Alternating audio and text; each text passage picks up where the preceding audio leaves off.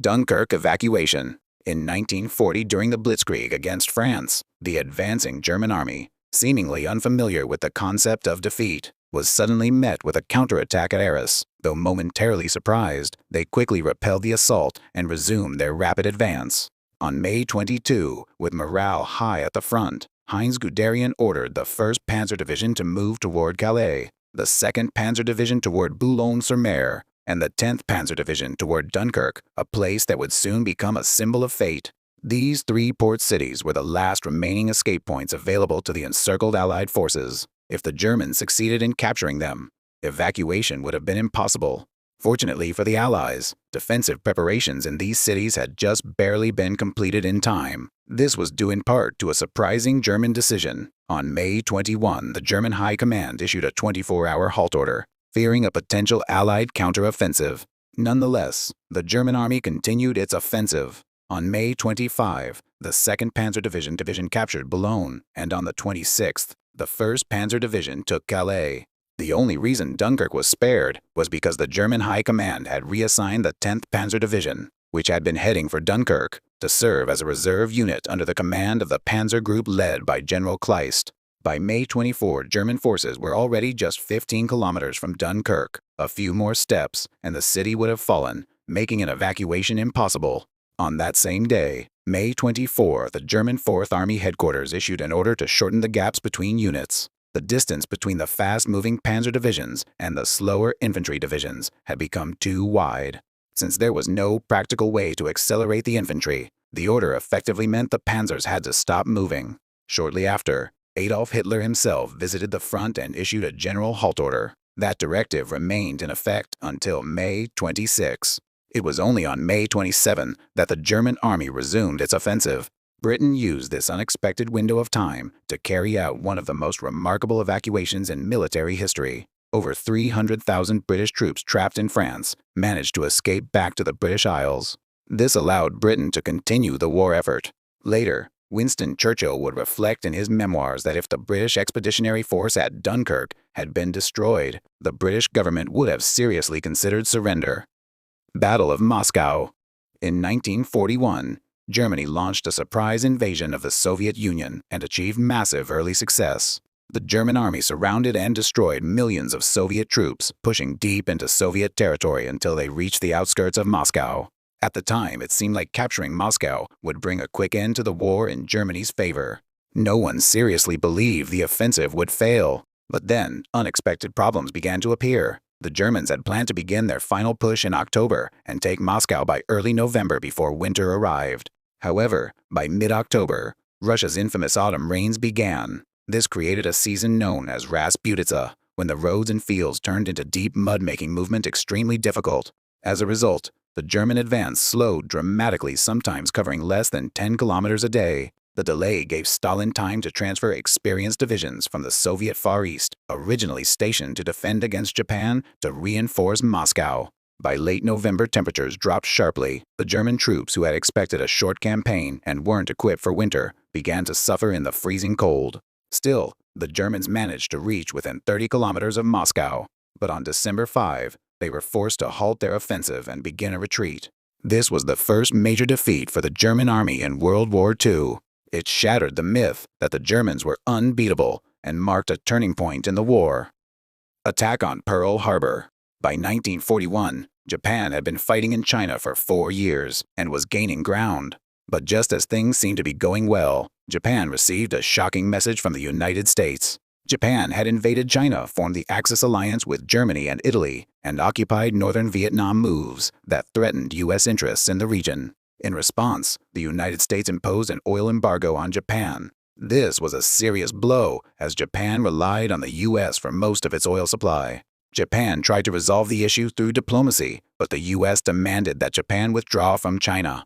Faced with a difficult choice, Japan had 2 options. First, back down, withdraw from China, and give up all the territory it had conquered. Second, go to war, destroy Britain's Eastern Fleet and America's Pacific Fleet, then seize resource-rich Southeast Asia to secure oil and other materials. Japan chose the second option. They defeated the British fleet in Asia and launched a surprise attack on Pearl Harbor, dealing heavy damage to the U.S. Pacific Fleet. At first, everything seemed to go according to plan, as Japan quickly occupied large parts of Southeast Asia. But that changed after their defeat at the Battle of Midway. The attack on Pearl Harbor also pushed the United States, until then reluctant to join the war, into full-scale involvement in World War II, a decision that would ultimately spell disaster for Japan and the other Axis powers.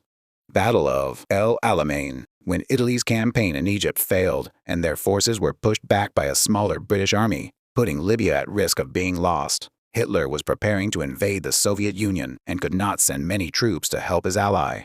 Instead, he sent one of his most capable generals, Erwin Rommel. Rommel used brilliant maneuvers and deception to drive the British army back 800 kilometers in just 1 week, earning the nickname the Desert Fox. He then recaptured Benghazi and Tobruk and eventually reached El Alamein. However, El Alamein was different. Because of the terrain, Rommel could not use his usual tactic of flanking and surrounding the enemy. Forced to attack head-on, his army struggled due to lack of supplies and equipment and failed to break through. The front then settled into a stalemate. At that time, Bernard Montgomery was appointed commander of the British 8th Army. Many generals avoided the post because no one wanted to face Rommel, but Montgomery used a simple but very effective strategy to defeat him. Germany was focused on the Eastern Front and could not send enough supplies to North Africa. Meanwhile, Britain had stable supply lines, and with the start of the U.S. Lend-Lease program, equipment and resources flowed in. Montgomery chose not to rush into battle and spent months building up his forces with tanks, aircraft, and ammunition. When the battle finally began, the difference was huge. Montgomery had about 1,000 tanks, while Rommel had only around 30.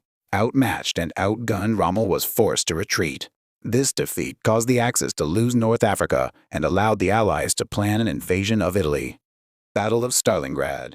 After failing to take Moscow in 1941, Germany turned its attention south in 1942. The new plan was to capture the oil-rich Caucasus region, which was vital for fueling the war effort. To make this happen, the German army split into 2 groups. One group moved into the Caucasus, the other headed toward the city of Stalingrad. Stalingrad was not just a symbolic city named after Stalin. It sat on the Volga River, a key route that moved resources from southern Russia to Moscow. Taking the city would cut off the supply line and deal a major blow to the Soviets. At first, everything went smoothly. German forces advanced deep into the Caucasus. They began to fight on the outskirts of Stalingrad and pushed into the city. Then, everything changed. Inside the city, the Soviets turned rubble into defensive strongholds. They forced the Germans into street fighting. Tanks couldn't move. Artillery couldn't be used without hitting their own men. German soldiers had to clear buildings room by room. Fighting was intense and brutal. New Soviet soldiers sent into the city survived for only about 24 hours on average. But this was all part of the Soviet plan. While the Germans were focused on Stalingrad, their left and right flanks were guarded by weaker Romanian and Hungarian troops. The Soviets knew this. They waited until enough German troops were inside the city. Then they struck. The operation was called Uranus. It was a massive success. Soviet forces broke through the flanks and surrounded the Germans in Stalingrad. The entire German 6th Army was trapped. There was no way out. This was a disaster for Germany. They lost some of their best troops. For the first time, German leaders began to think they might actually lose the war. Battle of Kursk. After the Battle of Stalingrad, the German army faced continuous retreats on the southern front, but managed to stop the Soviet advance at Kharkov thanks to Manstein's brilliant mobile defense. Afterward, a large bulge formed around the Kursk region, which caught the attention of both the German and Soviet forces. The Germans planned to encircle and destroy the Soviet troops in this bulge to regain control of the war, but the Soviets learned about the plan and began fortifying Kursk. After months of preparation, both sides clashed in July 1943 at the Battle of Kursk. In less than a month, around 3.4 million soldiers, 56,000 artillery pieces, about 10,000 tanks, and roughly 1,000 aircraft fought in what became the largest tank and air battle in history. The Germans were unable to defeat the Soviets decisively, and the fighting dragged on. When news came that the Western Allies had landed in Sicily and entered Italy, Hitler decided to call off the offensive, marking a strategic defeat for Germany. After this, the Soviet forces took full control of the Eastern Front, and Germany never launched another large-scale offensive there until the end of World War II. Invasion of Normandy. As the tide turned in favor of the Soviets on the Eastern Front, they urged the Allied forces from Britain and America to open a Western front to reduce Soviet casualties and help end the war faster. The Allies chose Normandy in France as the landing site for their invasion. At the time, Field Marshal Erwin Rommel was in charge of defending the Atlantic Wall. He had made significant improvements to the defenses in a short time, but on the day of the Allied invasion, June 6, 1944, something unexpected happened. Rommel saw that a storm was approaching and decided to leave the front lines to attend his wife's birthday party back in Germany. This was incredibly unlucky because Normandy was known for bad weather and storms had been raging until the day before the invasion. Weather forecasts predicted terrible conditions on June 6, and most commanders believed the bad weather would make an Allied landing impossible.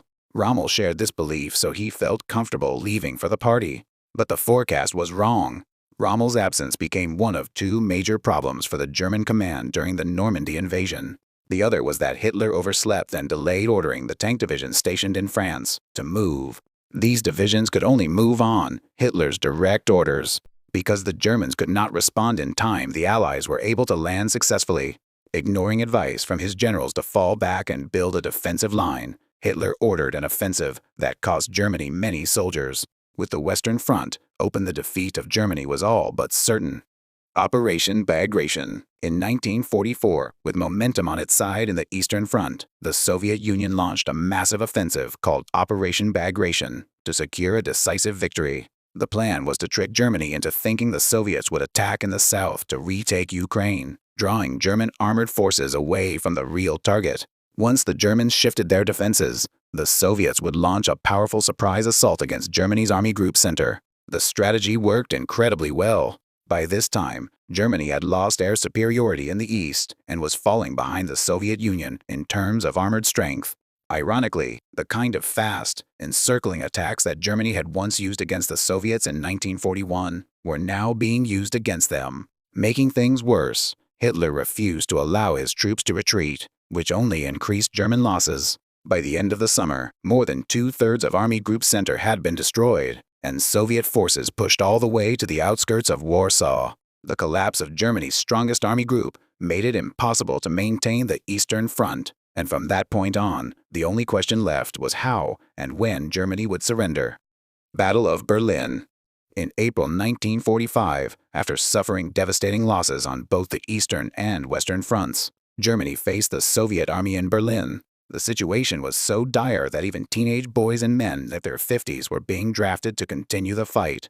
With most of German territory already occupied, American and Soviet forces met inside Germany.